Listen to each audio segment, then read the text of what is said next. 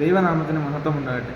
പരിശുദ്ധമായ നോമ്പിൻ്റെ 36-ാം ദിവസം വചനധ്യാനത്തിനായി എനിക്ക് ലഭിച്ച നല്ല സമയത്തിന് ഞാൻ ദൈവത്തിന് നന്ദി കരയിക്കുന്നു.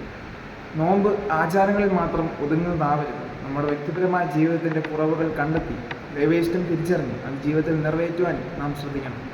കഴിഞ്ഞ ദിവസങ്ങളിൽ നാം വചനത്തിലൂടെ കേട്ടതും ധ്യാനിച്ചതും ഹൃദയത്തിൽ പകർത്തിയതുമെല്ലാം വിലപ്പെട്ട ചില മുത്തുകളാണ്. അത് ജീവിതത്തിൻ്റെ അനുഭവങ്ങളിൽ ഏവർക്കും അനുഗ്രഹമായി തീരട്ടെ എന്ന് പ്രാർത്ഥിച്ചുകൊള്ളുന്നു. വചനധ്യാനത്തിനായി തിരഞ്ഞെടുത്തിരിക്കുന്ന വേദഭാഗം ഏവർക്കും സുപരിചിതമായ ഒന്നാണ്. വിശുദ്ധ മർക്കോസ് എഴുതിയ സുവിശേഷം 46-ാം അധ്യായം 52 വരെയുള്ള വാക്യങ്ങളാണ്. അതിൻ്റെ 52-ാം വാക്യം ഞാൻ വായിച്ചുകൊള്ളട്ടെ. യേശു അവനോട്, പോക, നിന്റെ വിശ്വാസം നിന്നെ രക്ഷിച്ചിരിക്കുന്നു എന്ന് പറഞ്ഞു. ഉടനെ അവൻ കാഴ്ച പ്രാപിച്ച് യാത്രയിൽ അവനെ അനുഗമിച്ചു.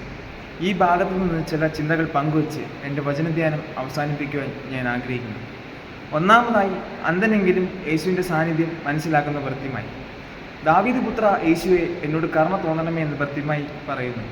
ലഭ്യമായ അവസരത്തെ തിടുക്കത്തിൽ ഉപയോഗിച്ചതിനാൽ ഭർത്യമായി അനുഗ്രഹീതനായി തീരുന്നു. അന്ധകാരത്തിൽ നിന്നും അത്ഭുത പ്രകാശത്തിലേക്ക് ആനയിക്കുന്ന കർത്താവിൻ്റെ സാന്നിധ്യമാണ് ഭർത്യമായിക്ക് ലഭിച്ചത്. രണ്ടാമതായി, അതിജീവനത്തിനായിട്ടുള്ള നിലവിളി.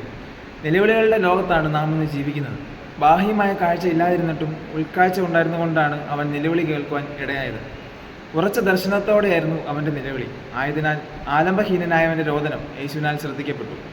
അതിജീവനത്തിനായിട്ടുള്ള എല്ലാ നിലവിളികൾക്കും യേശുവിൽ നിന്ന് പ്രതികരണം ലഭിക്കും.